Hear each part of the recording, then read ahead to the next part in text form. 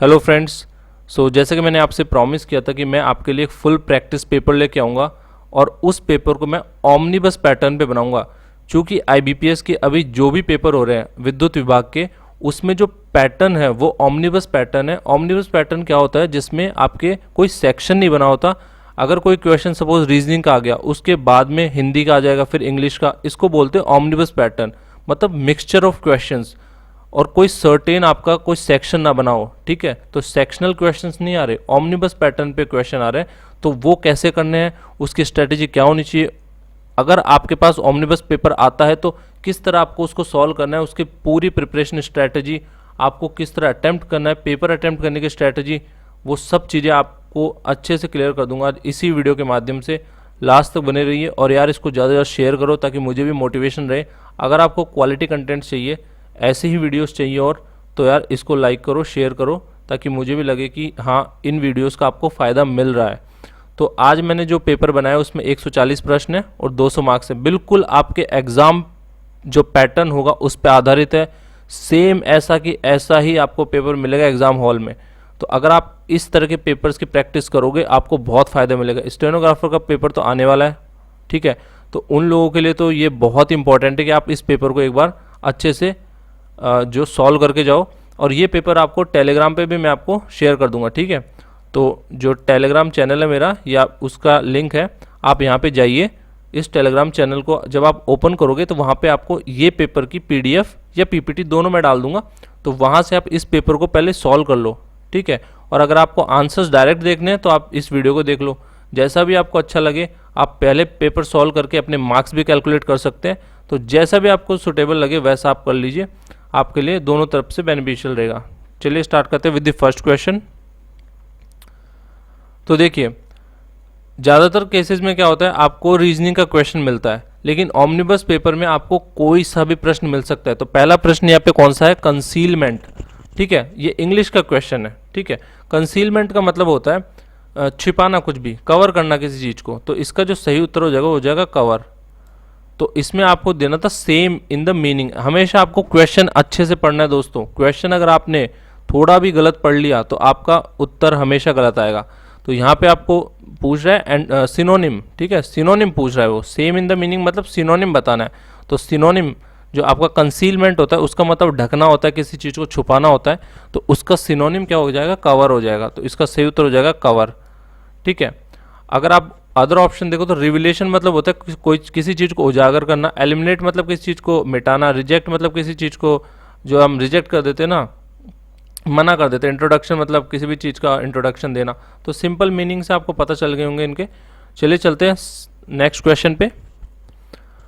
देखिए, अब आपका पहला क्वेश्चन था इंग्लिश का, दूसरा किसका आ गया? अब ये आ गया आपका जीके का क्वेश्चन आ गया, ठीक है, राजस्थान जीके का, पर्टिकुलर राजस्थान जीके का प्रश्न है।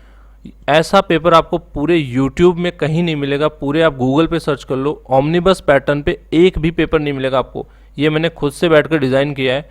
तो यार थोड़ा शेयर वेयर भी कर दो ताकि जो है मुझे भी मोटिवेशन रहे इस तरह के और पेपर डिज़ाइन करने का क्योंकि इनमें काफ़ी समय लगता है ऐसे पेपर बनाने में। तो देखिए क्वेश्चन में क्या पूछा गया, कुंभलगढ़ वन्य जीव अभ्यारण्य राजस्थान के किस जिले में है? तो इसका सही उत्तर हो जाएगा आपका राजसमंद जिला, ठीक है, राजसमंद जिले में है आपका कुंभलगढ़ अभ्यारण्य। चलिए चलते हैं नेक्स्ट पे। ओके, अब यहाँ पे क्या पूछा गया, देखिए यहाँ पे पूछा गया आपका a series is given in one term, मतलब टर्म मिसिंग है सिंपली, ठीक है। तो आपको यहाँ पे बताना है कि सीरीज कंप्लीट करना है, तो वो टर्म कौन सा होगा, सिंपली आपको ये पूछा है, ठीक। तो देखिए ऐसे क्वेश्चंस में आपको क्या करना है, आपको सबसे पहले क्या करना है, मैं एक सलाह आपको दूंगा इन क्वेश्चंस में क्या करना, आप सबसे पहले जाके ए बी सी डी इस तरह बना लेना, ई एफ जी, ठीक है, इस तरह आप पूरा पैटर्न बना लो जेड तक, और इनके नीचे 1 2 3 4 5 6 7 ये सब लिख लेना, ठीक है, 5 6 7 और ये 26 आ जाएगा यहाँ पे, ठीक है। अब ये क्या पूछ रहा है, अब हमें यहाँ पे पैटर्न पहचाना है। तो देखो जी से डी में अगर आप जाओगे तो कितना हो जाएगा, जी से डी में जाने के लिए आपको -3 करना पड़ेगा, और फिर डी से ए में जाने के लिए आपको -3 करना पड़ेगा, ठीक है। तो पैटर्न क्या बन रहा है, मतलब -3 करना पड़ेगा। तो ए से अगर एक्स पे आ रहा हो तो भी -3 करना पड़ेगा। तो एक्स में अगर मैं -3 करूंगा तो क्या मिलेगा मुझे, यू मिल जाएगा। तो देखो सीधा सीधा आपको यहाँ पे एक दो ऑप्शन फिर बचे हैं आपके, या तो यू एच होगा या यू जे होगा, इन दोनों में से एक होगा, ठीक है। अब यहाँ पे हमें पैटर्न पता करना है डी से आई में क्या हो रहा है, ठीक है। तो डी आपका होता है 4 और आई क्या होता है आपका 3 4 5 6 7 8 9, ठीक है, 9 होता है ये आपका। तो कितना हो गया, +5 हो गया। तो अगर आप इसमें पैटर्न देखोगे ना तो देखो डी से आई में +5, आई से पी में कितना हो जाएगा, +7 हो जाएगा, ठीक है। और पी से वाई में हो जाएगा +9। तो उसके बाद अब आपका क्या आना चाहिए, +11 आना चाहिए। तो जब आप y +11 करोगे तो आपका आंसर आ जाएगा j, ठीक है। तो इसका आंसर आ जाएगा यू जे। तो इस तरह आप इन क्वेश्चंस को सॉल्व कर सकते हो। ये तो मैं आपको बता रहा हूँ थोड़ा, इसलिए टाइम लग रहा है। अगर आप यहाँ पे टेबल बना के ये सब कर लोगे तो फटाफट विदिन 10 सेकेंड आपको ये क्वेश्चन आपका सॉल्व हो जाएगा। चलिए नेक्स्ट पे चलते हैं। देखिए अगर आपकी जीके मजबूत है, मैं फिर से कह रहा हूँ, अगर आपकी जीके अच्छी है तो आप मैथ वैथ सब स्किप करो और सीधा जीके पे निकल जाओ, सीधा जीके पे निकल जाओ। सारे जीके के क्वेश्चन पहले सॉल्व कर लो, बाद में आप मैथ वगैरह कर लेना, ठीक है। ये मेरी सलाह है आपको, क्योंकि जीके का एक प्रश्न 2 नंबर का है, मैथ का एक प्रश्न 1 नंबर का है। तो जीके अगर ज़्यादा से ज़्यादा आप करोगे तो आपके ज़्यादा मार्क्स आने की संभावना रहेगी। तो जीके के प्रश्न नहीं छोड़ने, कम से कम पढ़ तो लेना एक बार उनको। और अगर आपको मैथ वगैरह अच्छी आती है तो वही प्रश्न पहले करो जो आप 30 सेकंड के अंदर कर सकते हो। अगर आपको किसी प्रश्न में 30 सेकंड से ज़्यादा लग रहे हैं उसको छोड़ो और आगे बढ़ो। ये स्ट्रैटेजी अगर आप अपनाओगे आपका मैक्सिमम पेपर सॉल्व होगा, अदरवाइज आपका पेपर छूट जाएगा। ये पेपर लेंदी है दोस्तों, इसमें अगर आप थोड़ा भी समय वेस्ट करोगे आपके क्वेश्चन छूट जाएंगे। इस पेपर को आपको इस तरीके से करना है कि आपको मैक्सिमम क्वेश्चंस को अटेम्प्ट करना है, कम से कम क्वेश्चंस आपकी आंखों से निकलने चाहिए। ऐसा ना हो कि 20 प्रश्न छूट गए, देखा ही नहीं आपने, ऐसा नहीं होना चाहिए। तो चलिए इस प्रश्न को देख लेते हैं। निम्नलिखित विकल्पों में से कौन सा वाक्य अशुद्ध है। तो देखिए यहाँ पे अगर आप पांचों सेंटेंस देखोगे तो इसमें यहाँ पे गठित नहीं आ सकता, ठीक है। कितना गठित शरीर है, गठित नहीं आएगा। तो यहाँ पे क्या आएगा, गठीला। गठित कुछ नहीं होता, गठीला वर्ड होता है, गठीला, ठीक है। तो यहाँ पे जो अशुद्ध वर्ड है वो ये है, गठित की जगह गठीला आएगा। नेक्स्ट पे चलते हैं। ओके, मैथ आ गई। देखिए इसमें जब भी आपको इस तरह के प्रश्न मिले कि आपको एक सॉल्व करनी है कोई इक्वेशन जिसमें प्लस माइनस गुणा भाग ये सब दे रखा है, ठीक है। तो ऐसे क्वेश्चन को हम सॉल्व करते हैं बोर्ड मास रूल से। आपने पढ़ा होगा, ये 6 क्लास का कॉन्सेप्ट है बोर्ड मास। 6 क्लास से स्टार्ट हो जाता है बोर्ड मास के क्वेश्चन आना। तो बोर्ड मास रूल होता है, ठीक है। बोर्ड मास में क्या होता है, सबसे पहले हम ब्रैकेट को सॉल्व करते हैं, ठीक है। बी का मतलब होता है ब्रैकेट, ठीक है, ब्रैकेट। ओ का मतलब होता है ऑफ, डी का मतलब होता है आपका डिवीजन, एम का मतलब होता है मल्टीप्लिकेशन, ए का मतलब होता है आपका एडिशन प्लस यानी, और एस का मतलब होता है सब्ट्रैक्शन यानी माइनस। तो देखिए यहाँ पे क्या बन रहा है, सबसे पहले हम 12.5 और 7.5 को जोड़ेंगे तो यहाँ पे कितना आ जाएगा, 20 आ जाएगा आपका, ठीक है। अब 20 का 1/10 निकालना है, 20 इंटू 1/10 करना है मतलब, तो आपका क्या उत्तर आ जाएगा 2। तो आपका क्या इक्वेशन बची है, 2 - 5 इक्वल टू -10, ठीक है। ये इक्वेशन बची। अब ये -10 इधर जाके प्लस का बन जाएगा, तो क्या इक्वेशन बन जाएगी, 2 - 5 + 10, ठीक है, बराबर क्वेश्चन मार्क। तो क्वेश्चन मार्क की वैल्यू आपकी यहाँ से क्या आ जाएगी, 7 आ जाएगी, ठीक है। तो 7 ही आपका उत्तर हो जाएगा इस क्वेश्चन का, तो 7 आपका उत्तर हो जाएगा। नेक्स्ट चलते हैं। देखिए बोर्ड मास रूल, सिंपल बोर्ड मास रूल यहाँ भी अपनाना है। बोर्ड मास रूल ब्रैकेट फिर आपका ऑफ, ठीक है। बोर्ड मास रूल जैसे आप अप्लाई करोगे यहाँ पे तो देखिए क्या होगा। सबसे पहले तो आपका देखो यहाँ पे कोई ब्रैकेट नहीं है, तो सबसे पहले आप यहाँ पे डिवीजन अप्लाई कर सकते हो। अब ये रूट से घबराना मत आप, अगर रूट के नीचे कोई चीज़ है तो रूट को सीधा सॉल्व कर दो। तो यहाँ पे क्या होगा, 209 में भाग दिया 19 का तो आपके 11 बचेंगे, प्लस √36 कितना हो जाएगा, 6 हो जाएगा, माइनस 27 में 9 का भाग दिया तो कितना बचेगा, 3 बचेगा। सिंपल आपको सॉल्व करना है, 17 - 3, ठीक है, कितना आ जाएगा, 14 आंसर आ जाएगा इसका। तो 14 यहाँ पे कहाँ पे, ये, ठीक है। चलिए नेक्स्ट पे चलते हैं।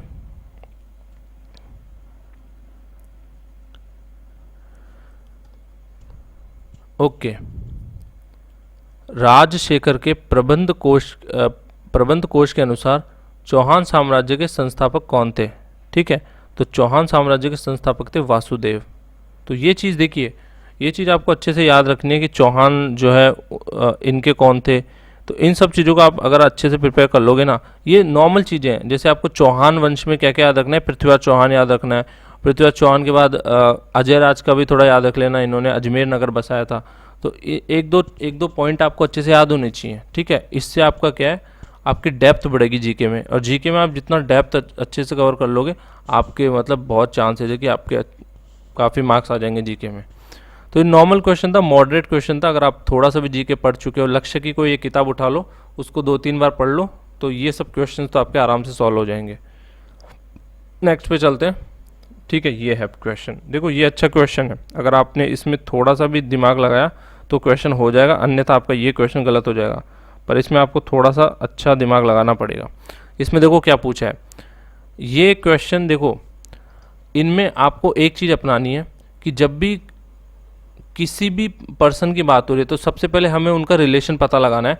और हॉरिजॉन्टल रिलेशन, मतलब हॉरिजॉन्टल रिलेशन आप सेम पीढ़ी के लोगों के लिए लगाओ, और वर्टिकल लाइंस का यूज़ करो आप। जो है माता पिता, माता का बच्चे के साथ संबंध हो गया, या मतलब डिफरेंट जनरेशन होगी तो आप ये वर्टिकल लाइन का यूज़ करो, और अगर सेम जनरेशन हो तो आप ये हॉरिजॉन्टल लाइन का यूज़ करो, तो आपका क्वेश्चन आराम से हो जाएगा। देखिए, बी इज़ फादर ऑफ ए, और जो भी आपको लगे मेल फीमेल वो लिखते चलो। तो बी क्या है, ए का पिता है, तो खुद ही बोल रहा है भाई बी जो है वो आपका मेल है, तो मैं मेल को एम से शो कर दूंगा और फीमेल को एफ से शो कर दूंगा। तो ए का पिता है, ठीक है। तो अभी ए का जेंडर नहीं पता चला, क्योंकि अभी तक इसने ए के बारे में कुछ नहीं बोला, बस ये बोला है बी ए का पिता है। A is the brother in law of G, तो ए जो है जी का ब्रदर इन लॉ है। अब मतलब ए की जो बहन होगी उससे जी की शादी हुई है, इसका सीधा सा मतलब ये है। तो सपोज ए की यहाँ पे कोई बहन है, मैं यहाँ पे उसको लिख देता हूँ एक्स, ठीक है। उसका किससे विवाह हुआ है, विवाह को जिससे भी विवाह हुआ उसको मैं डबल हॉरिजॉन्टल लाइन से शो कर दूंगा, ठीक है। जी से विवाह हुआ है, ठीक है, और जी क्या हो जाएगा, आपका मेल हो जाएगा, ठीक है। तो जी आपका मेल हो जाएगा, तो ये ऑब्वियसली जो भी होगी ये तो फीमेल होगी, तो यहाँ पे एफ आएगा, एक्स में जो भी आएगा वो एफ आएगा, ठीक है। अब आगे बढ़ते हैं, G is the son in law of F, तो जी है वो सन इन लॉ है एफ का, तो मैंने यहाँ पे एफ बना दिया, ठीक है। एफ का सन इन लॉ है जी, ठीक है। अब क्या बोल रहे हैं देखो, अब तो आप यहाँ पे स्टेटमेंट देखो, A is the brother in law of G और जी सन इन लॉ है एफ का। मतलब आपको सिंपल से एक चीज़ पता चल जानी चाहिए, अगर जी एफ का सन इन लॉ है, मतलब एफ की बेटी से जी ने शादी करी है, तो यहाँ पे आपको पता चल गया कि ए और एक्स ये दोनों भाई बहन होंगे, तो एफ का बेटा क्या हो जाएगा, ए। तो मतलब एफ का ए से रिलेशन है, ये ए का एफ का बेटा ए हो गया, तो एफ का पति कौन हो जाएगा, ऑटोमेटिकली एफ का पति बी हो जाएगा। समझ में आई आपको बात। और ये एफ जो है वो फीमेल है। स्टेटमेंट आराम से पढ़ो, पूरा क्वेश्चन सोल्व होगा। जब आपको पता है ए, और ये अभी तक इसका पता नहीं ये कौन है, एक्स मान लिया इसको, ये फीमेल है, लेकिन एक्स का पति जी है, और जी की जो है मदर इन लॉ अगर आप बोलो तो एफ है, तो जी के फादर इन लॉ कौन होंगे, बी हो जाएंगे, क्योंकि बी और एफ की शादी हुई है, तभी तो ए और ये जो एक्स है आपकी ये हैं, और ये जो जी है ये इसका मतलब सन इन लॉ हो जाएगा। तो अगर आप ये डायग्राम अच्छे से बना लोगे, आपका क्वेश्चन 1 मिनट में सॉल्व हो जाएगा, ये कोई दिक्कत नहीं होगी। अब देखिए क्या बोल रहे हैं, C is the only sister in law of F, मतलब सी जो है बहन हो जाएगी इसकी एफ की, सॉरी ये नहीं, सी बी की बहन हो जाएगी। सिस्टर इन लॉ की बात कर रहा है, सिस्टर की बात नहीं कर रहा। तो अब ये पूछ रहा है कि F has no sibling and D is the her only daughter, तो यहाँ पे एक्स की वैल्यू क्या आ जाएगी, डी आ जाएगी, ठीक है। अभी बोल रहे हैं ना एफ के कोई सिबलिंग नहीं है, एफ का कोई भाई बहन नहीं है, और डी उसकी अकेलौती बेटी है। तो अब सीधा क्लियर हो गया, ए जो है भाई है, डी बहन है। अब पूछ रहे डी और सी का रिलेशनशिप, ठीक है। तो डी क्या हो जाएगी, इसकी बुआ हो जाएगी, बुआ, और बुआ को इंग्लिश में क्या बोलते हैं, आंट, ठीक है, AUNT, तो आंट बोलते हैं। तो यह आपका बी ऑप्शन सही हो जाएगा यहाँ पे, ठीक है। तो अगर आप थोड़ा सा भी ध्यान से, आराम से, इत्मीनान से इस क्वेश्चन को देखोगे, आराम से सॉल्व हो जाएगा। हड़बड़ाहट नहीं करनी है वहाँ पे, आराम से इजी वे में पेपर को सॉल्व करना है। नेक्स्ट क्वेश्चन पे आते हैं दोस्तों। तो देखिए नेक्स्ट क्वेश्चन क्या बोल रहा है, in the question below are given 3 statement, तो मतलब वही स्टेटमेंट कंक्लूजन निकालने हैं आपको। तो देखो इन सब क्वेश्चंस में आपको क्या करना होता है, आपको सबसे पहले तो कंडीशंस पता होनी चाहिए। आजकल आइदर और नाइदर नॉर के क्वेश्चन भी आते हैं यहाँ पे। तो मुझे एक कमेंट में आज पूछ रहे थे कोई कि आइदर और के क्वेश्चन भी आते हैं क्या, मैंने वो रिप्लाई नहीं दिया उस टाइम। मैं ये पेपर के माध्यम से आपको बताना चाहता था कि हाँ आइदर और के क्वेश्चन आ सकते हैं, आपको रिस्क नहीं लेना। हो सकता है कि वहाँ पे आइदर और का क्वेश्चन मिल जाए, तो आपको पता होना चाहिए कि आइदर और की कंडीशन क्या क्या होती है। तो सबसे पहले हम देख लेते हैं यहाँ पे ऑल पेन्स आर कॉपी। तो देखो जब आप ये सारे बना लोगे ना तो किस तरह बनेगा, सबसे पहले तो ऑल बुक्स आर कॉपी, तो ये मेरी हो जाएगी बुक, ठीक है, ये बुक को बी से रिप्रेजेंट कर दिया, और ये मेरी हो जाएगी कॉपी, ठीक है, ये मैंने कॉपी बना दी, सॉरी ये ऐसे हो गया, ये कॉपी हो जाएगा, इसको सी से रिप्रेजेंट कर दिया, ठीक है। अब क्या पूछ रहा है, अब बोल रहा है ऑल पेन्स आर पेंसिल। अब मेरा देखो पेन्स और पेंसिल है, ठीक है, some copy is pen, some copy is pen, तो मतलब मुझे पेन किस तरह बनाना पड़ेगा, पेन कुछ इस तरह बनाना पड़ेगा, ये पेन है, ठीक है, ये पेन हो जाएगा। अब क्या बोल रहा है, और इससे पहले क्या बोला था, some copy is pen, some copy is pen हो गया, ऑल पेन्स आर पेंसिल, तो ऑल पेन्स आर पेंसिल है, तो ये डायग्राम कुछ ऐसे जाएगा फिर, है ना, ये डायग्राम, ठीक है, ये पेंसिल बन गई, ये पेंसिल हो गया मेरा। अब हम इस क्वेश्चन को आराम से सॉल्व कर सकते हैं, ठीक है। अब देखो क्या पूछ रहा है, some pens is book, some pen book है, देखिए सम पेन बुक है, ये फॉल्स स्टेटमेंट है। फॉल्स क्यों है, ये पॉसिबल तो है, देखिए it is possible but definite नहीं है। सम पेन बुक हो सकते हैं, तो ये पॉसिबल है, हो सकता है ये बी जो है यहाँ पे अगर लाई करता तो ये इसके साथ हो जाता, आप इसका दूसरा डायग्राम बनाते तो बी को पेन के साथ इंटरसेक्ट भी करा सकते थे, तो ये पॉसिबल तो है। लेकिन अगर आपके पास कोई एक ऐसी कंडीशन है जिसमें ये फॉल्स हो रहा है तो उस स्टेटमेंट को हम फॉल्स मानेंगे, ठीक है। अगर मान लो किसी कंडीशन के 2-3 डायग्राम बन रहे हैं और एक भी डायग्राम में वो कंडीशन फॉल्स हो जाती है तो हम उसको फॉल्स ही मानते हैं, ये ही रूल है, ये याद रखना आप हमेशा।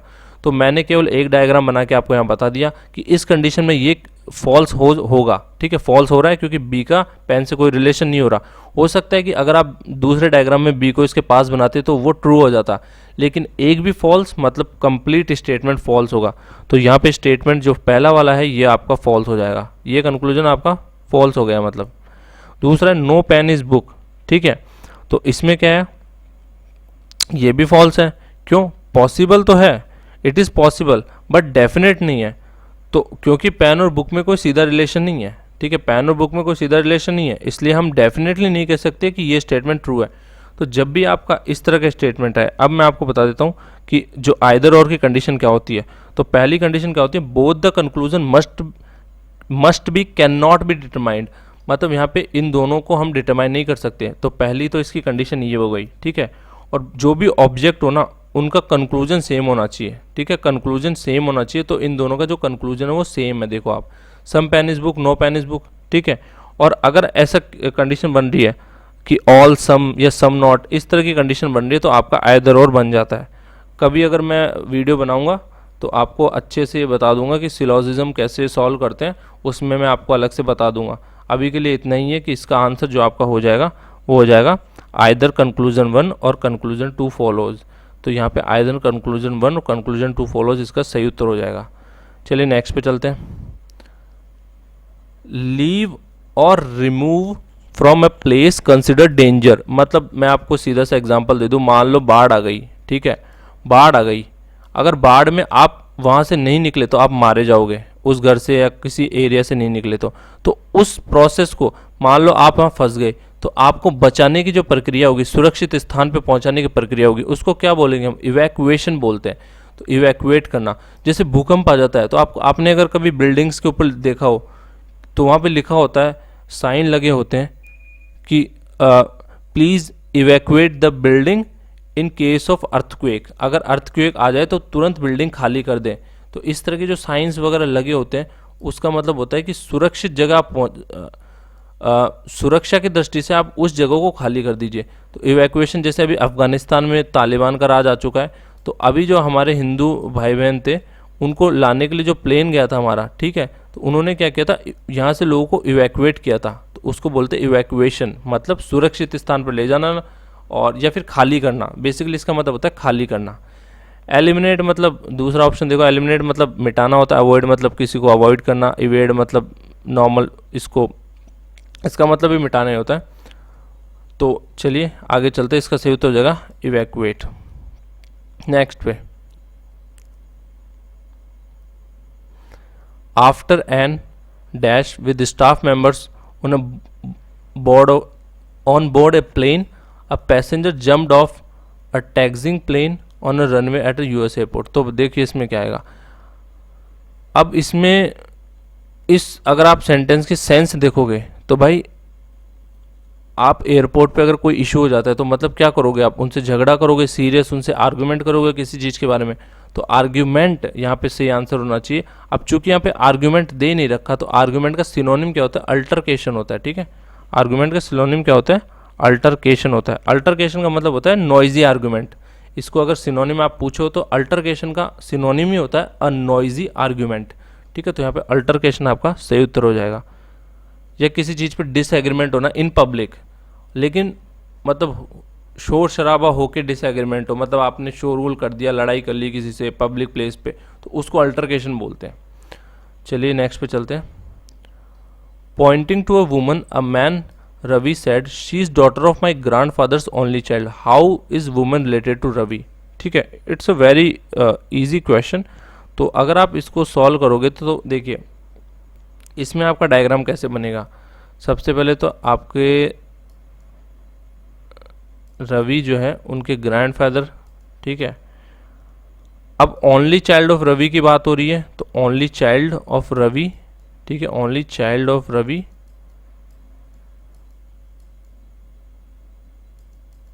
और अब यहाँ पे क्या क्या हो जाएगा, एक तो रवि आ जाएगा और एक आपकी वो वुमन आ जाएगी जिसकी बात हो रही है, ठीक है, वो वुमन आ जाएगी। तो रवि और ये वुमन क्या हुए, ये भाई बहन हो जाएंगे। तो यहाँ पे सिस्टर इसका सही उत्तर आ जाएगा। आप इसको सॉल्व करो आराम से, आपका ये डायग्राम बन जाएगा और सिस्टर इसका राइट आंसर होगा। तो जो वुमन है वो सिस्टर है रवि की। ओके, तो देखिए जब आप इस क्वेश्चन को सॉल्व करोगे, मैं ऑलरेडी सॉल्व कर चुका हूँ, मैं बता रहा हूँ आपको, जब आप इस क्वेश्चन को सॉल्व करोगे तो इसका जो डायग्राम बनेगा, ठीक है, इसमें सॉरी इसको जब सॉल्व करोगे तो इसका पैटर्न जो बनेगा वो किस तरह बनेगा मैं बता देता हूँ आपको। चलो हम वन बाय वन इसको सॉल्व कर ही लेते हैं। तो पूछ रहे हैं पहला स्टेटमेंट क्या है, only 2 persons have less weight than E, मतलब ई से केवल 2 लोगों का वेट जो है कम है, ठीक है, ई से 2 लोगों का वेट कम है। तो मतलब मैं इस तरह बना सकता हूँ, ई हो गया, ठीक है, ई ब्रैकेट ये मतलब ग्रेटर देन का साइन, ई बड़ा है 2 से, तो 1 और 1 और छोड़ देता हूँ, ठीक है, 2 स्पेस छोड़ दिए, बाकी 4 इधर आ जाएंगे, ठीक है, 4 लोग इधर आ जाएंगे, 1 2 3 4, कितने लोग हैं, 6 लोग हैं ना, तो 1 2 3 4 5 6, ठीक है, इसको हटा दो आप। तो 3 लोग इधर आ जाएंगे ई के पहले और 2 लोग बाद में आ जाएंगे जो ई से हैवी हैं, ई से लाइट वेट है, ठीक है, और 3 लोग ई से हैवी वेट है। तो ये स्टेटमेंट फर्स्ट हमारा हो चुका कंप्लीट। C has less weight than B but more than A, ठीक है। तो अगर आप सेकंड स्टेटमेंट को देखोगे तो आपका किस तरह बनेगा, ये पहला इंसान हो गया, ये दूसरा हो गया, तो बी फिर ई फिर सी और फिर ए, ठीक है। तो बी ई सी ए ये 4 हमने प्लेस कर दिए। और जब आप फाइनल देखोगे B has weight less than only 2 persons और D has less weight than F, जब आप इसको पूरा कंक्लूड कर लोगे तो आपका इस तरह का स्ट्रक्चर बन जाएगा, एफ फिर एफ इज डी से भारी है, फिर डी जो है बी से, ठीक है, बी जो है फिर आपका ई से भारी है, और फिर इसमें ई के बाद क्या आ जाएगा, फिर आपका आ जाएगा सी और फिर आपका आ जाएगा ए, ठीक है। तो ये आपका पूरा फाइनल आपका बन जाएगा यहाँ पे जो स्ट्रक्चर है। तो इसके बाद अब आप आसानी से क्वेश्चन सॉल्व कर सकते हैं। How many persons have greater weight than C, तो सी से ज़्यादा कितने लोगों का वेट ज़्यादा है, तो भाई सी से ज़्यादा 1 2 3 4, 4 लोगों का है, तो इसका सही उत्तर हो जाएगा 4। ठीक है, नेक्स्ट देख लेते हैं, ये याद रखना स्ट्रक्चर। ठीक है, तो नेक्स्ट में क्या पूछा गया है, who has the highest weight. ठीक है, तो देख लेते हैं हाइएस्ट वेट किसका है, तो भाई हाईएस्ट वेट यहाँ पे किसका दिख रहा है, साफ साफ दिख रहा है आपको, एफ का ही दिख रहा है ना यहाँ पे हाईएस्ट वेट। ठीक है, आप इस डायग्राम से देख सकते हैं, तो यहाँ पे हाईएस्ट वेट किसका है, एफ का है, तो सिंपल एफ लगा दो वहाँ पे। हाईएस्ट वेट ये देख सकते हैं आप, एफ सबसे हाईएस्ट है, तो यहाँ पे आपका एफ आंसर आ जाएगा। ओके, अब देखिए क्या क्वेश्चन है, अ सीरीज इज़ गिवन, और ये है FEDIHG। देखो सबसे पहले मैंने आपको पहले बताया था कि जब भी ऐसी कोई सीरीज़ आ जाए तो आपको सबसे पहले ABCD लिख लेना है, उसके नीचे 1 2 3 4 लिख लेना है। तो पैटर्न पहचान लेते हैं सबसे पहले हो क्या रहा है। तो F और I के बीच में देखो, F में अगर आप FGHI, हाँ F+3 करोगे तो I बन जाएगा आपका। ठीक है, I में 3 जोड़ोगे, आई में 3 जोड़ोगे तो L बन जाएगा, तो मतलब +3 का पैटर्न चल रहा है पहले पे। तो दूसरे पे देखोगे, ई में 3 जोड़ोगे तो H में 3 जोड़ोगे, मतलब तीनों में ही यहाँ पे, और डी में भी 3 जोड़ोगे तो G, और G में 3 जोड़ोगे तो J, मतलब +3 का पैटर्न चल रहा है तीनों में ही। ठीक है, तीनों में ही, तो O में +3 जोड़ दो, N में +3 जोड़ दो, और M में भी +3 जोड़ दो, तीनों में +3 जोड़ दो, आपका आंसर आ जाएगा।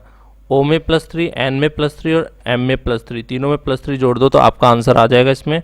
तो जब आप ये करोगे तो आपका आंसर आ जाएगा RQP, ये इसका राइट आंसर होगा। चलिए नेक्स्ट पे चलते हैं। ओके, मैथमेटिक्स का क्वेश्चन है, इजी क्वेश्चन है, कोई दिक्कत नहीं है, आराम से हो जाएगा। मैंने आपको बोर्ड मास रूल पहले बता ही दिया, बोर्ड मास रूल अपनाओगे तो ऑफ जो होता है उसकी प्रायोरिटी सबसे ज़्यादा होती है। तो पहले तो 700 का 60% ऑफ 700 निकालना है। ठीक है, तो 700 का 60/100 करोगे आप तो कितना आ जाएगा यहाँ पे, तो आप ऐसे करोगे 60/100 इंटू 700। ठीक है, पहले तो आप ये निकालोगे तो आपके सामने क्या आ जाएगा, आपके सामने आ जाएगा 420। ठीक है, जब आप इसको सॉल्व करोगे तो 420 आपके सामने आ जाएगा। तो 420 में अब आपको क्या करना है, 12 को 7 से मल्टीप्लाई करोगे तो 84 आ जाएगा यहाँ पे। ठीक है, और 8 को 6 से मल्टीप्लाई करोगे तो 48 आ जाएगा। और ये दोनों जब इस साइड आएंगे तो इनके साइन चेंज हो जाएंगे, तो 84 और 48 दोनों नेगेटिव बन जाएंगे। तो 420 में से आप माइनस कर दो 84 और माइनस कर दो 48, तो जो आंसर बनेगा वो आपका उत्तर हो जाएगा यहाँ पे। तो जो आपका सही उत्तर यहाँ पे आ जाएगा वो हो जाएगा 288। इसको सॉल्व करते हैं आपके 288 राइट आंसर आ जाएगा। ये इक्वेशन होगी आपकी, और 288 आपका आंसर आ जाएगा। चलिए नेक्स्ट पे चलते हैं।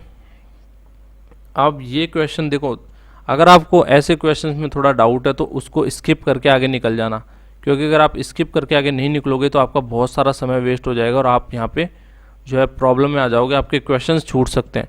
तो ऐसे प्रश्नों पे मेरी एक ही सलाह है कि आप इसको स्किप करके आगे निकल सकते हो अगर आपको थोड़ा सा भी डाउट हो रहा है तो। ठीक है, तो चलिए क्वेश्चन क्या पूछ रहा है, a train of length 600 metre crosses a man standing on a platform 30 second, find the time taken by the train to cross the platform length of 900 metre.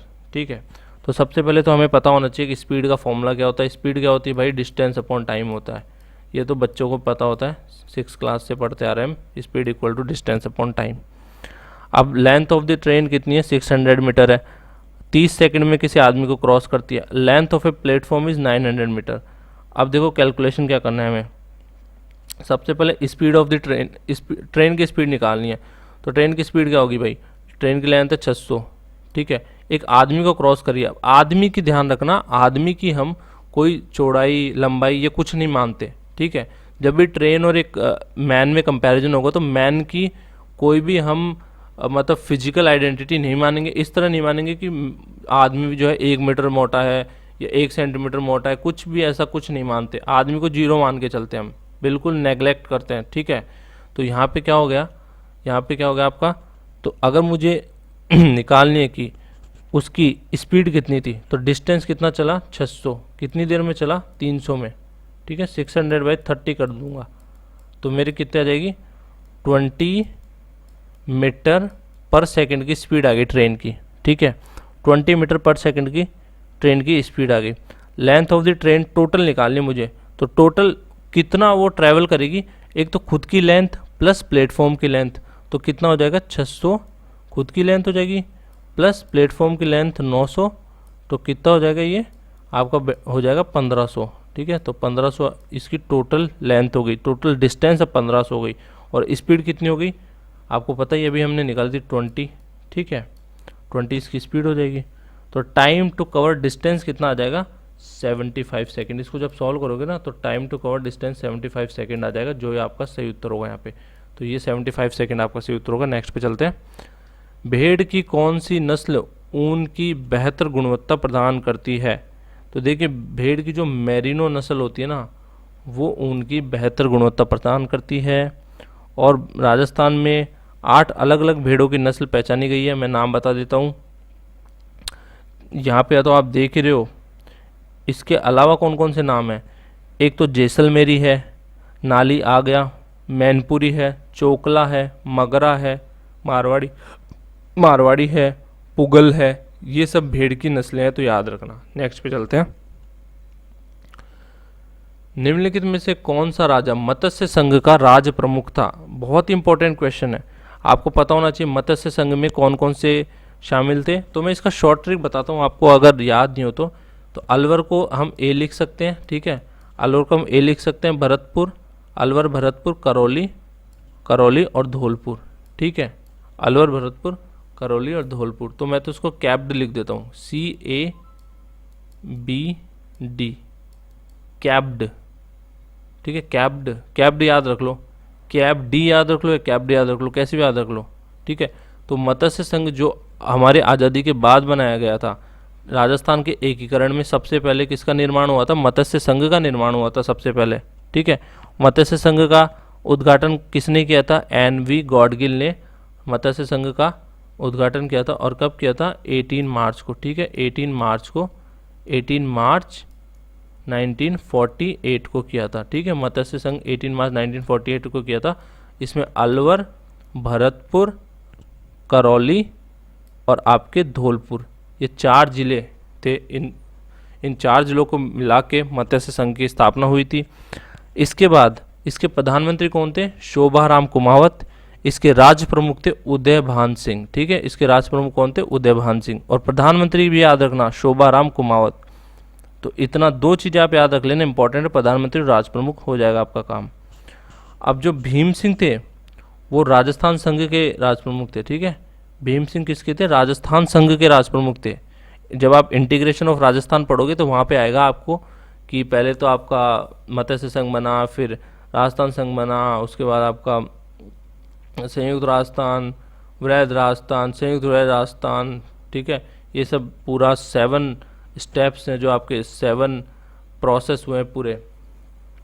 तो 7 चरणों के बाद जो है आपके राजस्थान का एकीकरण हुआ था। तो वो पढ़ लेना, लक्ष्य में या कहीं से पढ़ लेना, आराम से अच्छे से डिटेल में बताया गया है। ओके, तो भाई नेक्स्ट क्या है देख लेते हैं। What price should a potter mark on a vase costing him 800 to gain 35% after allowing discount of 25%। मतलब ये मान लो 25% का कोई डिस्काउंट दे देता है तो उस पर भी 35% गेन करने के लिए उसको कितनी प्राइस एक्स्ट्रा रखनी चाहिए, ठीक है। तो कितनी प्राइस एक्स्ट्रा रखनी चाहिए, तो सबसे पहले हम देख लेते हैं। कॉस्ट है उसकी 800, डिस्काउंट है उसका, देखिए कॉस्ट 800 है, डिस्काउंट उसका 25% है, गेन उसको 35% चाहिए, ठीक है।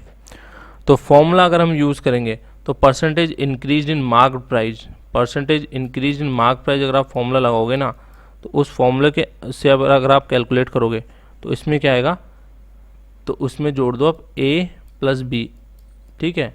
यहाँ पे A और B क्या हो जाएगा आपका, गेन और डिस्काउंट। ये A + B हो जाएगा बटा 100 माइनस B, ठीक है, माइनस B, ये B आपका डिस्काउंट है, ठीक है। 100 माइनस B है, B आपका डिस्काउंट है। A कितना हो जाएगा 35, तो 35 + 25 बटा आपके कितना हो जाएगा 75। तो 35 और 25 कितना होता है, 35 और 25 आपका कितना हो गया, आपके 60 हो गए, 60/75। और इसका आपको परसेंटेज निकालना है, इंटू 100 भी करना है आपको, ठीक है। तो जब आप इसका निकालोगे तो आपका 80% आ जाएगा। तो जो मार्क प्राइस है वो आपका 80% आ जाएगा, ठीक है। तो अब हमने क्या निकाला है, मार्क प्राइस। ये जो है गेंड मार्क प्राइस है, गेंड मार्क प्राइस। तो मतलब अगर मार्क प्राइस पहले 100 था तो ये 180% ऑफ मार्क प्राइस है। तो आप इसको कैसे कैलकुलेट कर सकते हो, 180% ऑफ 800 निकालना है। तो 180 इंटू 800/100 ये करना है आपको बेसिकली। तो जब आप ये करोगे तो आपका 1440 आंसर आ जाएगा, ठीक है। 1440 आपका आंसर आ जाएगा। चलिए नेक्स्ट क्वेश्चन पे चलते हैं। ओके, तो क्वेश्चन नेक्स्ट क्वेश्चन क्या बोल रहा है, a number when divided by 7 the remainder obtained is 5, when the square of the same number is divided by 7 the remainder obtained is, ठीक है। तो देखो आपको पता है, अगर आपको फॉर्मूला पता होना चाहिए, डिवाइडेंड क्या होता है, डिविडेंड होता है division into quotient plus remainder. ये तो आप नॉर्मल छठी सातवीं से पढ़ते आ रहे हो, ठीक है। इसमें क्या करना है, तो आपको सबसे पहले मैं मान लेता हूँ कोशेंट को क्यू लिख देता हूँ, ठीक है। तो यहाँ पे अगर आप इसके स्टेटमेंट को देखोगे तो नंबर क्या बोल रहा है, नंबर आपका क्या होना चाहिए उस हिसाब से, डिवाइडेड बाय 7 है तो यहाँ पे 7 को क्यू से मल्टीप्लाई कर दूंगा, प्लस उसमें 5 ऐड कर दूंगा जो दे रखा है रिमाइंडर, ठीक है। तो रिमाइंडर ऐड कर दूंगा तो मेरे पास नंबर आ जाना चाहिए। तो n = 7q + 5 ये हो जाना चाहिए। और अब इसको स्क्वायर कर दो, स्क्वायर के बाद हमारे पास क्या इक्वेशन बचती है, तो नंबर अगर मेरे पास है तो 49 square 49q square plus 70q plus 25, यह आपकी इक्वेशन बन जाएगी अगर आप इस इक्वेशन को स्क्वायर कर देते हो तो, ठीक है। और अगर आप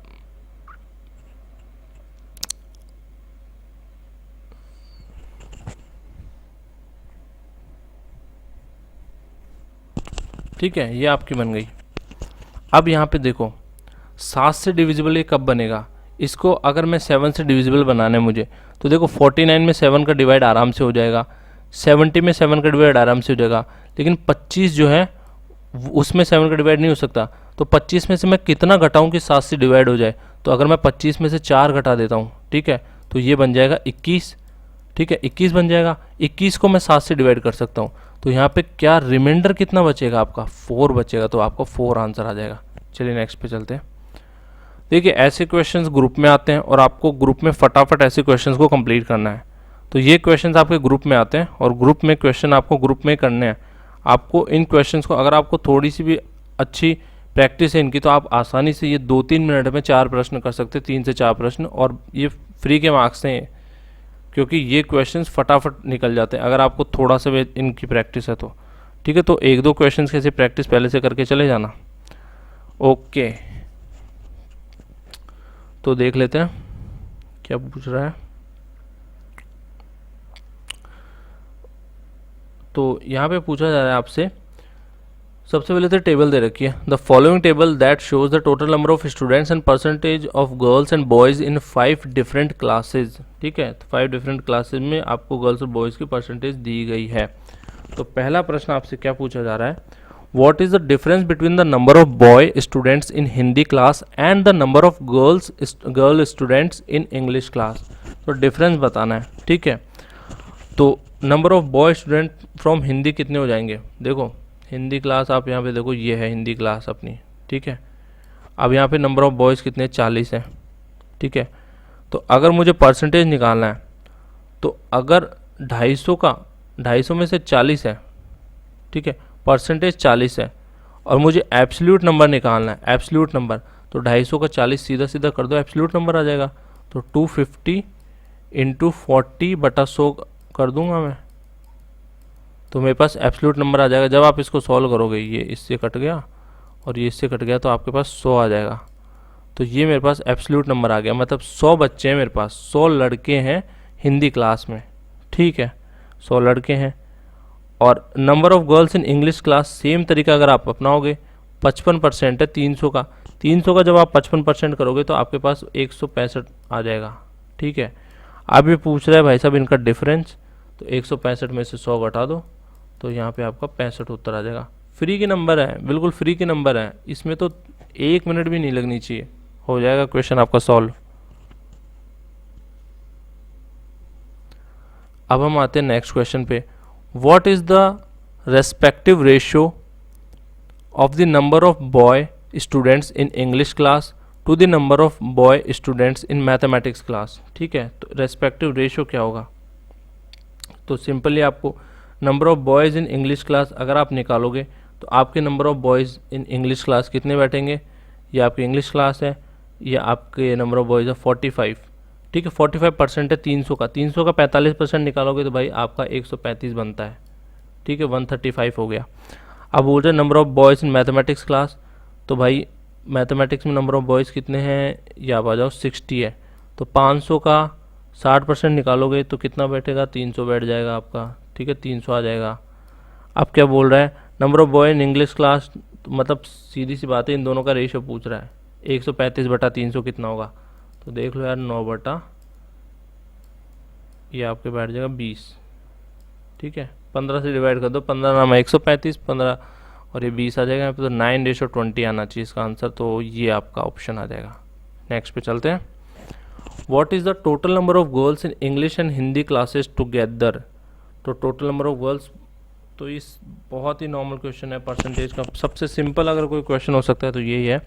तो सीधा सीधा आप निकाल लो, गर्ल्स इन इंग्लिश कितनी हो गई, पहले हम निकाल चुके हैं 165 है, अर्लियर हम निकाल चुके हैं। ठीक है, और ये क्या है, गर्ल्स ऑफ हिंदी यहाँ पे निकालोगे तो आपको 150 मिल जाएंगे। ठीक है, आप यहाँ पे परसेंटेज निकाल लेना, तो जब आप इन दोनों को ऐड करोगे तो यहाँ पे आंसर आ जाएगा 315, 315 आपका आंसर आ जाएगा, तो ये 315 आपका ये वाला ऑप्शन सही हो जाएगा। ठीक है, नेक्स्ट पे चलते हैं।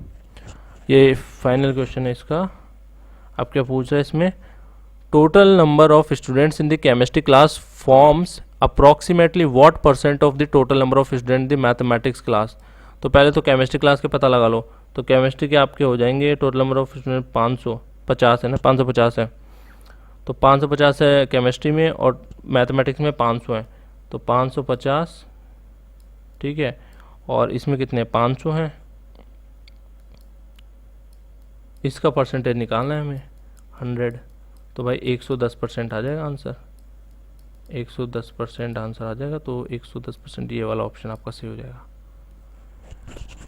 चलिए अब आ जाते हैं हम, राजस्थान जीके आ चुकी है, मैथ वाले आपके क्वेश्चन चले गए, अब राजस्थान जीके का आ गया। अब इसमें क्या पूछा जा रहा है, इसमें पूछ रहा है कि बीकानेरी और बागड़ी बोलियां राजस्थान की निम्नलिखित में से किस भाषा के अंतर्गत आती है। तो बीकानेर और बागड़ी बोलियां राजस्थान की किस भाषा के अंतर्गत आती है, तो इसका उत्तर हो जाएगा जनाब, इसका उत्तर हो जाएगा पश्चिमी राजस्थान, पश्चिमी राजस्थानी से बिलोंग करती है। तो देखो पश्चिमी राजस्थानी में कौन कौन सी बोलियां आती है, मैं और भी बता देता हूँ आपको। एक तो आपकी मारवाड़ी आती है, मेवाड़ी आती है, खेराड़ी आती है, बीकानेरी बागड़ी आई चुकी है, शेखावटी, देवड़ावाटी और गोड़वाड़ी, ये सब आपकी पश्चिमी राजस्थान में आती है, याद रखना है। दक्षिणी राजस्थान में आती है निमाड़ी और भीली, दक्षिण पूर्वी राजस्थान में आती है आपकी रांगड़ी, मालवी और सेंधवाड़ी, और मध्य पूर्वी राजस्थान में आती है आपकी ढूंढाड़ी, तोरावटी, काठेड़ी, अजमेरी, नागर, चौल, हाड़ौती, और उत्तर पूर्व राजस्थान में आती है अहिरावटी और मेवाती। तो ये सब रट लेना, आपको बहुत काम आएंगी पेपर में। निम्नलिखित विकल्पों में से कौन सा वाक्य अशुद्ध है, बताइए अशुद्ध कौन सा है इसमें। मैं बच्चों के लिए खिलौना लाया हूँ, ये बिल्कुल शुद्ध वाक्य है। यदि वह आएगा तो मैं जाऊँगा, ये भी शुद्ध है। लड़का मिठाई लेकर दौड़ता हुआ घर आया, ये भी शुद्ध है। मैंने मेरा काम कर लिया, ये नहीं, मैंने मेरा यहाँ पे जो है ये सही नहीं है, मैंने अपना काम कर लिया यहाँ पे आना चाहिए था। ठीक है, ये शुद्ध है। ठीक है, तो यहाँ पे अपना यूज होना चाहिए था, वाक्य का शुद्ध रूप यहाँ पे अपना है। ये सर्वनाम के प्रयोग की त्रुटि, याद रखना, यहाँ पे सर्वनाम का प्रयोग गलत तरीके से किया गया, यहाँ पे अपना आना चाहिए था, तो ये इसकी त्रुटि है, तो यहाँ पे आपका ऑप्शन आ जाएगा ये वाला। नेक्स्ट पे चलते हैं। निम्नलिखित में से कौन सा आभूषण पुरुषों के द्वारा पहना जाता है, तो बोरला नहीं, बोरला जो है वो महिलाएं पहनती है, और बोरला जो है महिलाएं सर पे पहनती है। ठीक है, सिर पे पहनती है अपने, ये सर पे पहना जाता है। मुर्कियाँ, हाँ ये पुरुष पहनते हैं, तो ये इसका सही उत्तर हो जाएगा। टड्डा है, ये महिलाएं हाथ में पहनती है, ठीक है, महिलाएं पहनती है हाथ में, फीमेल, और ये भी फीमेल पहनती है हाथ में बंगड़ी भी, ठीक है, तो याद रखना। तो ये जो बोरला होता है वो महिलाएं सर पे पहनती है, टड्डा और बंगड़ी हाथ में पहनती है, और ये मुर्कियाँ होती है ना, मुर्कियाँ, ठीक है, तो मुर्कियाँ होती है ये कान में पहनते हैं, कान में। आपने सुना भी होगा राजस्थान में काफ़ी बोलते हैं लोग कि मुर्कियाँ पहनी है क्या, तो मुर्कियाँ जो है कान में पहनी जाती है। तो यहाँ पे आपका सही उत्तर हो जाएगा ऑप्शन बी। नेक्स्ट पे चलते हैं। निम्नलिखित विकल्पों में से कौन सा वाक्य अशुद्ध है? वह रोते रोते थक गई, अरे वह कब आया, उसको ये कहना था, यह उनकी समझ में नहीं आएगा, इनमें से कोई नहीं। अशुद्ध कौन सा है? तो देखिए यहाँ पे जो है ना एक्सक्लेमेटरी मार्क नहीं आया, ठीक है, तो ये अशुद्ध हो जाएगा आपका। मतलब यहाँ पे आपका विस्मयबोधक, जिसको आप एक्सक्लेमेटरी मार्क बोलते हो इंग्लिश में, तो अरे के बाद यहाँ पे ये विस्मयबोधक चिन्ह आना चाहिए था, ये वाला। तो ये अरे के बाद ये चिन्ह अगर आता तो ये सही होता, अरे और ये फिर ये ऐसा चिन्ह आना चाहिए था, तब जाके सही होता। तो अभी ये कोमा लगा हुआ है, गलत है, ठीक है, तो इसका सही उत्तर हो जाएगा ये अरे वह कब आया, ये वाला इसका सही उत्तर हो जाएगा। चलिए नेक्स्ट पे चलते हैं। राजस्थान लोक सेवा आयोग की स्थापना कब की गई? तो राजस्थान लोक सेवा आयोग की स्थापना आपकी की गई है 20 अगस्त 1949 को राजस्थान लोक सेवा आयोग की स्थापना की गई है। याद रखिएगा, बहुत इंपॉर्टेंट क्वेश्चन है, बहुत इंपॉर्टेंट क्वेश्चन है, पूछा जाने के पूरे चांसेस हैं। आपके जितने भी आयोग हैं उसकी स्थापना दिवस कब है, तो ये सब आपको पता होना चाहिए। आपके जो फाइनेंशियल इंस्टीट्यूशंस है राजस्थान में वो सब कब स्थापित किए गए थे, बीआईपी क्या है, तो पेमेंट वगैरह करते हैं उनसे रिलेटेड कुछ भी चीज़ें अगर आपकी ऐसी है ना, फाइनेंशियल चीज़ें होगी, तो कोई से भी ऐसे डिपार्टमेंट्स है तो उनकी आपको डेट पता होनी चाहिए, स्थापना दिवस वगैरह, ठीक है। तो ये आपको या इसका सही उत्तर हो जाएगा आपका 20 अगस्त 1949। चलिए नेक्स्ट पे चलते हैं। निम्नलिखित में से कौन सा उत्तरी अरावली का उच्चतम बिंदु है? तो देखो ये क्वेश्चन बहुत ध्यान से पढ़ना आप। अब कई लोग यहाँ पे कंफ्यूज होते हैं कि अरावली का उच्चतम बिंदु पूछ रहे हैं तो भाई गुरु शिखर लगा देते हैं कि वही सबसे ऊंचा है, लेकिन ऐसा नहीं है दोस्तों। यहाँ पे उत्तरी अरावली पूछा है तो आपका सही उत्तर यहाँ पे हो जाएगा रघुनाथगढ़, ठीक है। उत्तरी अरावली पूछा है तो आपका सही उत्तर क्या हो जाएगा? रघुनाथगढ़। और रघुनाथगढ़ की ऊंचाई कितनी है दोस्तों? 1055 मीटर, याद रखना 1055 मीटर आपके रघुनाथगढ़ की ऊंचाई है। और ये कहाँ पे है दोस्तों? ये सीकर में पड़ता है, तो ये भी आप याद रखना, इस सीकर में आता है और 1055 मीटर इसकी ऊंचाई है दोस्तों, ठीक है। चलिए नेक्स्ट पे चलते हैं। निम्नलिखित में से किस नेता ने जैन शिक्षा प्रचारक समिति की स्थापना करी? तो ये करी थी अर्जुन लाल सेठी जी ने, ठीक है। अर्जुन लाल सेठी जी बहुत इंपॉर्टेंट पर्सन है, इनका जन्म हुआ था 9 सितंबर 1880 को जयपुर में, ये भी चीज़ याद रखना। इन्होंने ही जैन शिक्षा प्रचार समिति की स्थापना करी थी, तो ये दो चीज़ें याद रखना। और ये किस प्रजामंडल से जुड़े थे? ये जयपुर प्रजामंडल से जुड़े थे। प्रजामंडल के मैं अलग से क्वेश्चन अपलोड कर दूंगा, बहुत इंपॉर्टेंट क्वेश्चन जो भी अभी तक आए हुए हैं या जो बन सकते हैं वो सारे क्वेश्चन डाल दूंगा, तो आप थोड़ा सा वेट कर लो। मैं बना रहा हूँ अभी नदियों और झीलों की वीडियो बना रहा हूँ क्योंकि वो बहुत इंपॉर्टेंट है। जितने भी एग्जाम है अभी सारे क्वेश्चन, ज़्यादातर क्वेश्चन एनवायरनमेंट से पूछे गए हैं, जिसमें नदियाँ, झीलें, वन्य जीव अभ्यारण्य ये सब कवर किए गए हैं। तो मैं ऐसे ही पैटर्न पे एक वीडियो बना रहा हूँ, आप बस थोड़ा सा वेट कर लो, वीडियो मैं जल्दी अपलोड कर दूंगा, तो आपके जितने भी डाउट थे ना अभ्यारण्य, नदियों, झीलों से रिलेटेड सब क्लियर हो जाएंगे। और मैं बहुत सारे क्वेश्चन कराऊंगा, अराउंड आप समझ के चलिए 400 से ज़्यादा प्रश्न कराऊंगा, तो बिल्कुल रट जाएगा आपको ये टॉपिक। चलिए नेक्स्ट पे चलते हैं। मुख्यमंत्री कोरोना बाल कल्याण योजना के कार्यान्वयन के लिए राजस्थान का कौन सा विभाग जिम्मेदार है? तो भाई राजस्थान का सामाजिक न्याय और अधिकारिता विभाग इस चीज़ के लिए जिम्मेदार है, ठीक है। चलिए नेक्स्ट पे चलते हैं। राष्ट्रीय पंचायती राज दिवस पर किस गांव को नानाजी देशमुख पुरस्कार से सम्मानित किया गया? तो यहाँ पे उस गांव का नाम है भोजसर और ये झुंझुनू में आता है गांव, ठीक है। तो पहला राष्ट्रीय पंचायती राज दिवस कब मनाया गया था? ये भी आप याद रखना, पहला राष्ट्रीय पंचायती राज दिवस मनाया गया था 2010 में, बिल्कुल आपको याद होना चाहिए। और भारत ने 12वां राष्ट्रीय पंचायती राज दिवस है वो कब मनाया था? 24 अप्रैल 2021 को, ठीक है। 24 अप्रैल को हमने 12वां, ठीक है, 12वां पंचायती राज दिवस मनाया था इसी साल 24 अप्रैल 2021 को। ठीक है, ये भी आप याद रखिएगा, बहुत इंपॉर्टेंट क्वेश्चन है। चलिए हम नेक्स्ट पे चलते हैं। अब चंद्रभागा मेला राजस्थान के निम्नलिखित में से किस जिले में आयोजित किया जाता है? तो चंद्रभागा मेला आपका जो किया जाता है आयोजित, वो होता है आपका झालावाड़ में। ठीक है, याद रखिएगा आप। और ये कब आयोजित होता है? यह कार्तिक मास अक्टूबर और नवंबर में आयोजित किया जाता है। ठीक है, कार्तिक मास अक्टूबर और नवंबर में आयोजित होता है। चलिए नेक्स्ट पे चलते हैं। गणेश्वर सभ्यता राजस्थान की निम्नलिखित में से किस नदी के किनारे स्थित है? तो ये आपका कांतली नदी के किनारे स्थित है।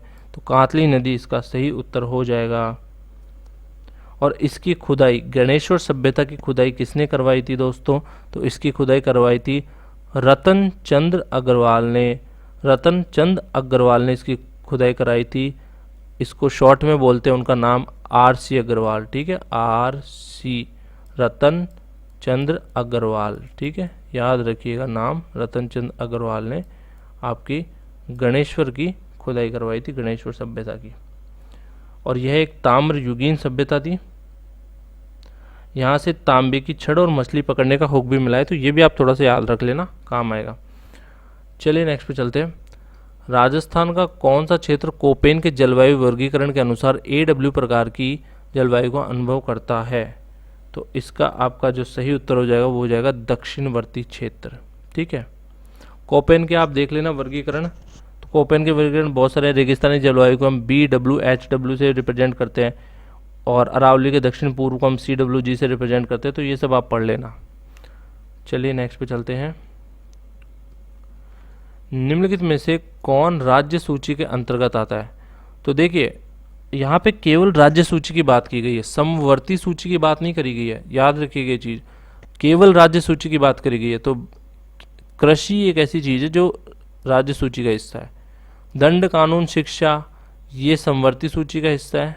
ठीक है, और आपका जो रक्षा है ये किसका है? आपका, ये आपकी जो यूनियन लिस्ट है उसका हिस्सा है। ठीक है, संघ की जो लिस्ट है उसका हिस्सा है।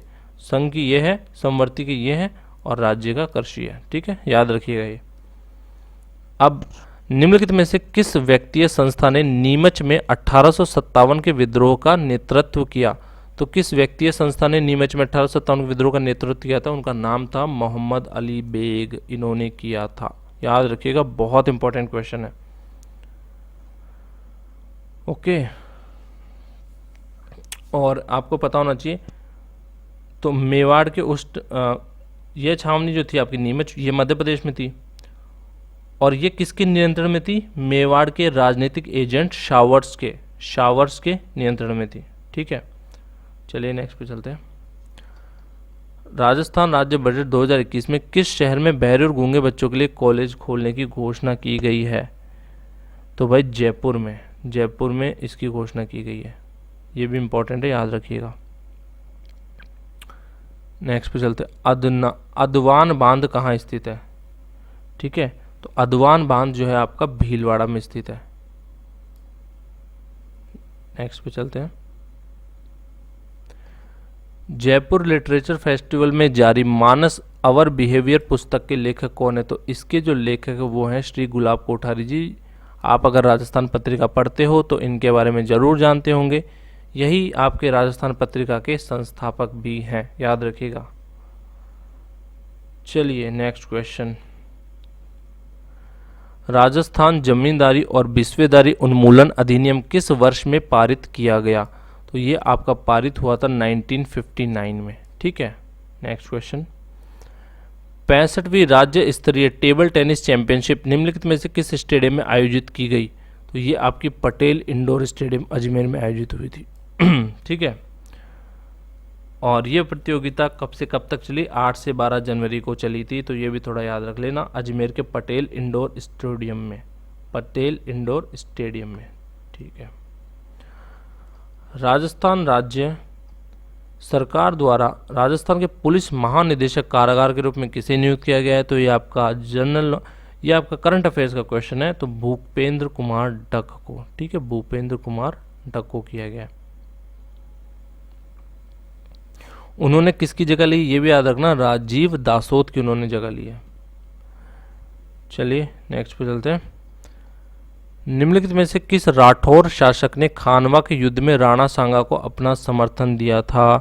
तो उन राठौर शासक का नाम है राव गंगा, याद रखिएगा राव गंगा। नवीन राजस्थान नामक समाचार पत्र के बंद होने के बाद यह फिर से किस नाम से प्रकाशित हुआ? तो इसका नाम था तरुण राजस्थान। फिर नेक्स्ट, कौन सी लोक देवी को कंजर समाज की कुलदेवी के नाम से जाना जाता है? तो चौथ का बरवाड़ा जो सवाई माधोपुर में स्थित है, ठीक है, चौथ का बरवाड़ा, तो उनका नाम क्या है? चौथ माता है। आप अगर, मैं गया हुआ हूँ चौथ का बरवाड़ा सवाई माधोपुर में, काफ़ी अच्छा मंदिर है, तो आप कभी जाना, बहुत अच्छा मंदिर है। तो ये कंजर समाज की कुलदेवी भी हैं, ठीक है। नेक्स्ट, ओके, तो अब हमारे सामने आ गए हैं रीजनिंग के क्वेश्चन। ये सिटिंग अरेंजमेंट वाले हैं, ठीक है, सिटिंग अरेंजमेंट है। तो देख लेते क्या है, क्या पूछ रहा है। 8 friends K, L, M, N, P, R, S and T are sitting around a circular table but not necessarily in the same order, ठीक है।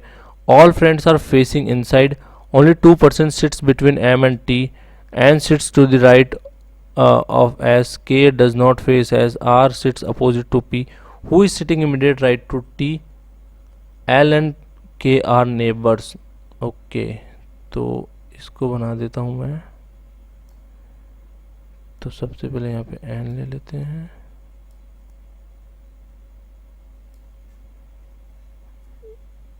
ये मैं ऑलरेडी कर चुका हूँ क्वेश्चन, तो मैं आपको बता देता हूँ। जब आप इसको फाइनल करोगे तो इस तरह का आपका कुछ डायग्राम बनेगा।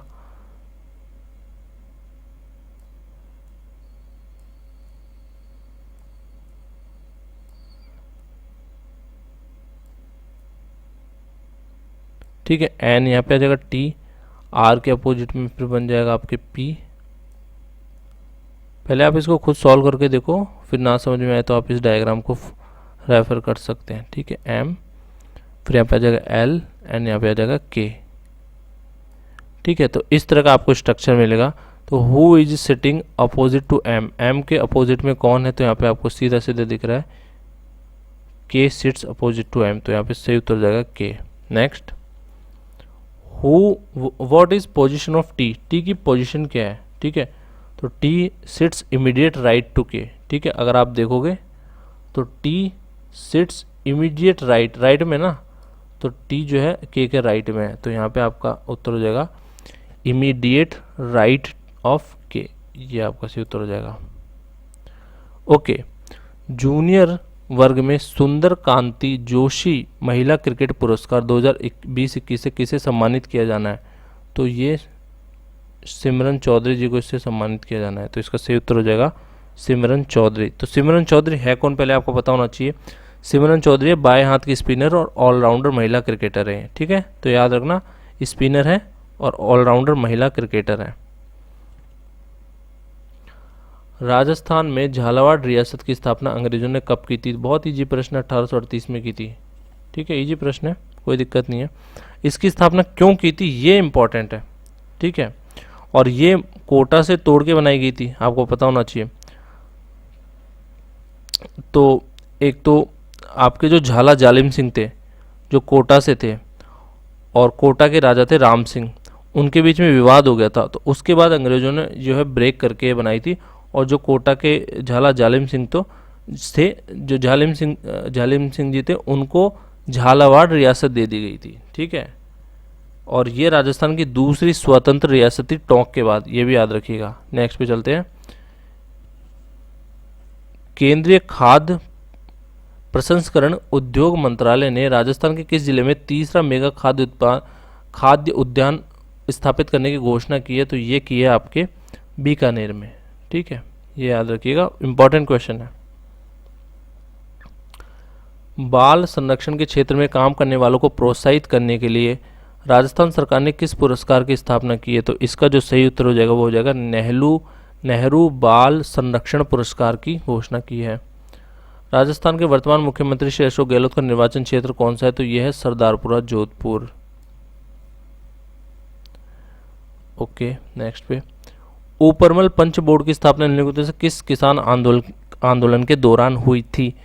तो ये हुई थी बिजोले किसान आंदोलन। आपको पता होना चाहिए ये सबसे बड़ा किसान आंदोलन था अब तक का। ये पूरे 44 साल तक चला था। 1897 में स्टार्ट हुआ और 1941 तक यह आंदोलन चला था। ठीक है, तो 44 ईयर्स तक चला था। सबसे पहले साधु सीताराम दास इसका नेतृत्व करते थे, मतलब सबसे पहले साधु सीताराम दास जी ने इसका नेतृत्व किया, उसके बाद विजय सिंह पथिक ने किया। ठीक है, राजस्थान की मुख्यमंत्री अनुप्रति कोचिंग योजना का लाभ लेने के लिए एक परिवार की वार्षिक आय कितनी होनी चाहिए? तो अगर आपको इस योजना का लाभ लेना है अगर किसी परिवार को, तो उनकी आय 8 लाख से कम होनी चाहिए। ऑक्सीजन बचाने के प्रभावी तरीकों के लिए बीकानेर में निम्नलिखित में से कौन सी योजना शुरू की गई है? तो इस योजना का नाम है आपका ऑक्सीजन मित्र। ठीक है, तो आपका सही उत्तर हो जाएगा ऑक्सीजन मित्र।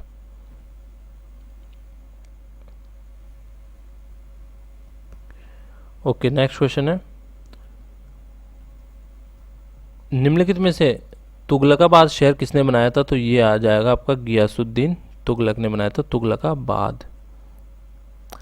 निम्नलिखित में से कौन सा दर्रा हिमाचल प्रदेश के लाहौल जिले को लद्दाख के लेह से जोड़ता है? तो उस दर्रे का नाम है बारालाचा दर्रा। ठीक है, तो ये इसका सही उत्तर हो जाएगा बारालाचा दर्रा।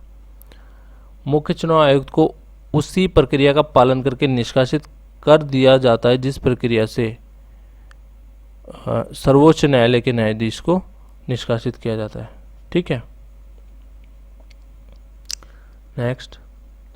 ओके, तो आपका अब ये नेक्स्ट आ गया, स्टेटमेंट्स दे रखे हैं, कंक्लूजन दे रखे हैं, तो आपको बताना है कि सही है, ट्रुथ है, क्या नहीं है। तो सबसे पहले देख लेते हैं स्टेटमेंट क्या है। तो देखिए क्या है स्टेटमेंट, एफ बड़ा है एल से और एल छोटा है आर से और आर छोटा है जी से और जी डी के बराबर है और डी ई से बड़ा है और ई जेड से बड़ा है। तो क्या पूछते हैं, आर इज, क्या एफ आर से बड़ा है? तो अगर आप इसको देखोगे तो इस स्टेटमेंट से आप कभी अनुमान नहीं लगा सकते कि एफ आर से बड़ा है या छोटा है, क्योंकि एफ एल से बड़ा है और आर भी एल से बड़ा है, तो कोई डायरेक्ट कनेक्शन है ही नहीं यहाँ पे। तो ये इनसफिशिएंट डेटा वाली कंडीशन हो गई, क्योंकि यहाँ पे प्रॉपरली कोई इस्टेब्लिशमेंट कुछ बैठा ही नहीं, इनके बीच में कोई रिलेशन बना ही नहीं। तो यहाँ पे हम कह सकते हैं कि कंक्लूजन 1 तो मतलब फॉलो कर ही नहीं सकता। ठीक है, तो कंक्लूजन 1 तो ख़त्म हो गया। अब D is greater than Z, तो क्या डी जेड से बड़ा है? तो देखिए अगर आप डी जेड से बड़ा है ये वाली कंडीशन देखोगे तो ये भी नहीं हो सकता, क्योंकि डी और जेड में डायरेक्ट कोई कनेक्शन नहीं है। डी ई से बड़ा है और जेड भी ई से बड़ा है। अगर यहाँ मान लो ई ये छोटा होता, ई जेड से बड़ा होता, तब तो यहाँ पे हम एक कंक्लूजन बना सकते थे कि हाँ डी जेड से बड़ा है, लेकिन दोनों ही ई से बड़े हैं, तो यहाँ पे कोई कंक्लूजन नहीं बनता। ये वाला कंक्लूजन भी हम, ये फॉल्स हो जाएगा, ये भी फॉल्स और नीचे वाला भी फॉल्स, तो ये दोनों फॉल्स हो जाएंगे। तो नाइदर 1 और सेकंड इज ट्रू। ठीक है, चलिए चलते हैं नेक्स्ट पे। श्री महावीर जी मंदिर राजस्थान के निम्नलिखित में से किस जिले में है? तो ये आपका है करौली में। ठीक है, याद रखिएगा करौली में है और ये जैन तीर्थ स्थल है। ठीक है, ये एक जैन तीर्थ स्थल है, ये भी याद रखिएगा। ओके, नेक्स्ट क्वेश्चन है, सांभर डेगाना डीडवाना किस क्षेत्र की महत्वपूर्ण झीलें हैं? तो ये आपके नागौरी उप क्षेत्र की झीलें हैं। ठीक है, इंपॉर्टेंट क्वेश्चन है, याद रखिएगा।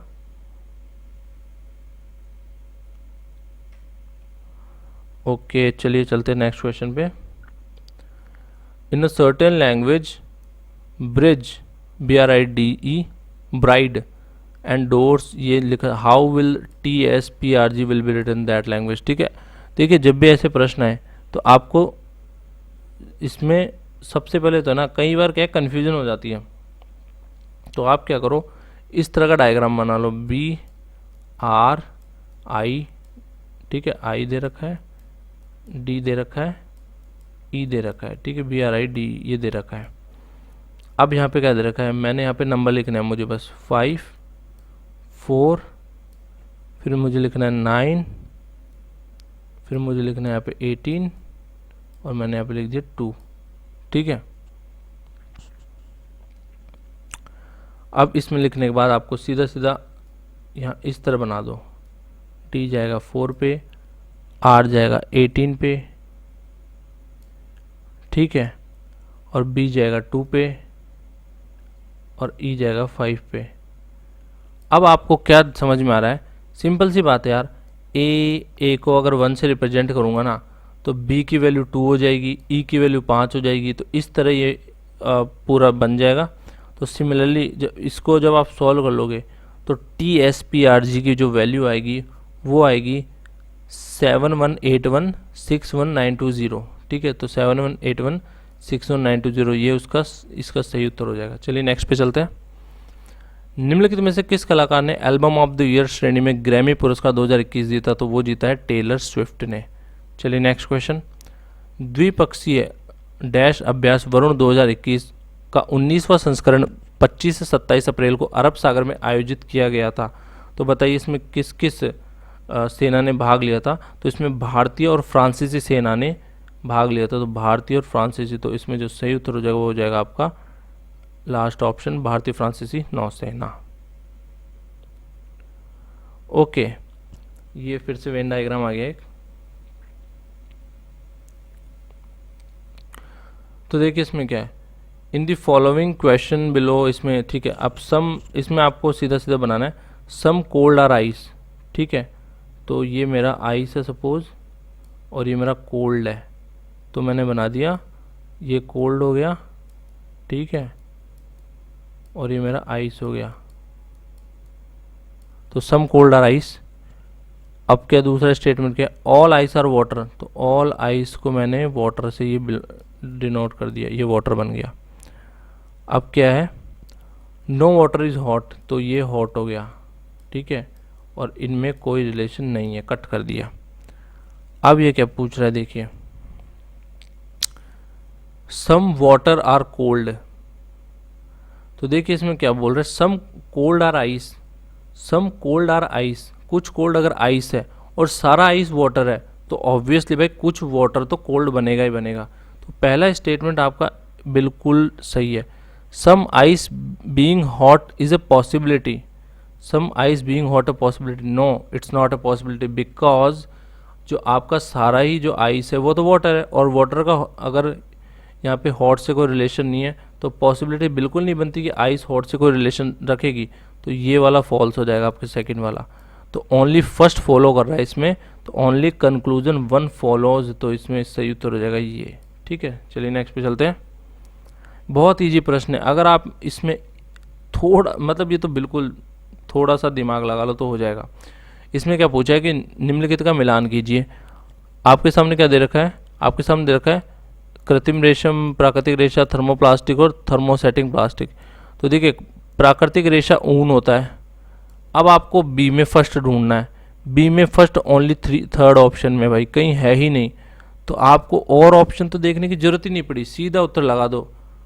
तो इस तरह अगर आप थोड़ा सा भी ध्यान से पेपर करोगे ना, आपको कई ऑप्शन ऐसे मिलेंगे इस तरीके के जो मिलान करने वाले आते हैं ना, बस एक आप मैच कर दो, सारे मैच हो जाएंगे।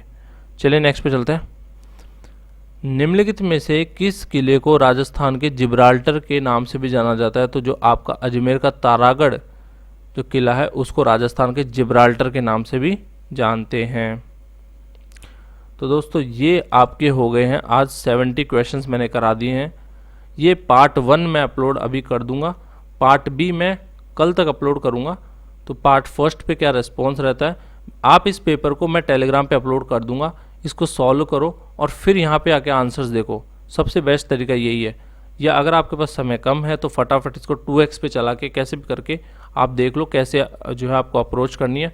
अगर आपको जीके अच्छी आती है तो दोस्तों फटाफट पहले जीके के क्वेश्चन निपटाओ और फिर आप जो है मैथ्स इंग्लिश ये सब करो, ठीक है। आप पूरे क्वेश्चन में फटाफट स्किप कर करके जीके के सारे क्वेश्चन कर दो। तो ये अगर आप स्ट्रैटेजी अपनाओगे तो आपका काफ़ी अच्छा पेपर होगा। तो ये मैंने आपको 70 क्वेश्चंस करा दिए हैं। नेक्स्ट 70 क्वेश्चंस मैं नेक्स्ट वीडियो में कराऊंगा क्योंकि ये वीडियो काफ़ी लंबी बन चुकी है। तो नेक्स्ट वीडियो में मैं आपको जो बचे हुए क्वेश्चंस है वो भी करा दूंगा। तो प्लीज़ अगर आपको ये अच्छा लगा सेशन तो यार इसको शेयर करो, ज़्यादा से ज़्यादा लोगों तक पहुँचाओ ताकि उनको भी फ़ायदा हो। तो चलिए चलता हूँ। जय हिंद, जय भारत।